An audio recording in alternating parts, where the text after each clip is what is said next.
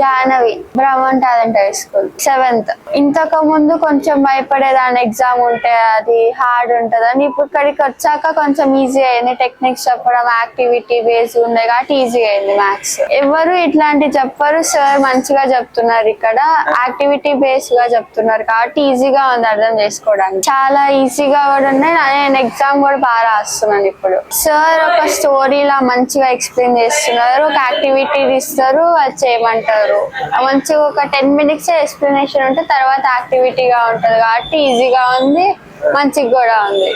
అడుగుతా, కొన్ని అడుగుతా కానీ ఫస్ట్ అడిగేంతగా ఇప్పుడు అడగట్లేదు. చాలా ఆనందంగా ఉంది, ఈజీగా ఉంది కాబట్టి బాగా చేసేస్తుంది. లెర్న్ స్మార్ట్ ని జాయిన్ అవ్వండి, ఈజీగా చేసుకోండి మ్యాథ్స్ ని.